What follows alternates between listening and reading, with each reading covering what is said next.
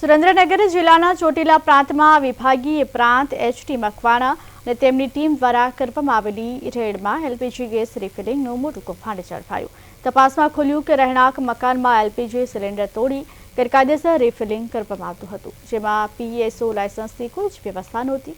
ગેરકાયદેસર ગોડાઉનમાં સ્ટોરેજ, વેચાણ અને સ્ટોક રજિસ્ટર સહિતના રેકોર્ડ પણ અભાવી હોવાનું જણાયું. રેડ દરમિયાન એક પિકઅપ વાહન, 168 ગેસ સિલિન્ડર, 93 ખાલી સિલિન્ડર, 72 લીટર અને વજન કાંટો સહિતનો મુદ્દામાલ પણ કબજે કરવામાં આવ્યો છે, સીલ કરવામાં આવ્યો છે.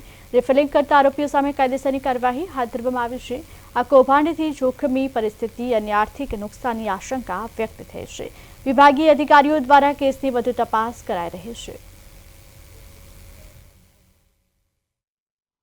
આજે અમારી નાયબ કલેક્ટર પ્રાંત ચોટીલાની ટીમ સાથે અમોએ ચોટીલા શહેરની અંદર શાસ્ત્રીનગર વિસ્તારની અંદર આવેલ તદ્દન ગેરકાયદેસર રીતે ચાલતી વારાઈ ગેસ એજન્સી અને ગુજરાત ગેસ એજન્સી ખાતે આકસ્મિક રીતે તપાસણી કરતા આ બંને ગેસ એજન્સીઓ છે એ રહેણાંક મકાનોની અંદર કુલ 5 ઇલેક્ટ્રિકલ મોટરનો ઉપયોગ કરી અને એક ગેસની સિલિન્ડરમાંથી બીજા ગેસ સિલિન્ડરની અંદર રિફિલિંગની ગેરકાયદેસર પ્રવૃત્તિઓ કરતા હતા. આ કામના આરોપી છે એ ગુજરાત ગેસ એજન્સીના પ્રોપરાઇટર સિરાજ ખાન દિલાવર ખાન પઠાણ અને વારાઈ ગેસ એજન્સીના પ્રોપરાઇટર છે ભરતભાઈ મનુભાઈ રાજવી અને તેઓના સાગરીતો સાથે તદ્દન ગેરકાયદેસર રીતે એલપીજી ગેસ રિફિલિંગનું છે એ ગેરકાયદેસર પ્રવૃત્તિ કરવામાં આવતી હતી.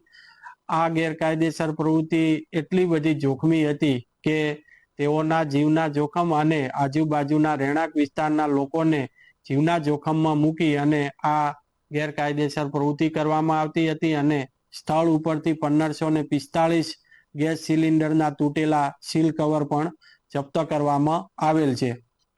ગેસ એજન્સી ચલાવવા માટે petroleum and explosive safety organisation એટલે કે પેસોનું લાયસન્સ હોવું ખૂબ જ જરૂરી છે.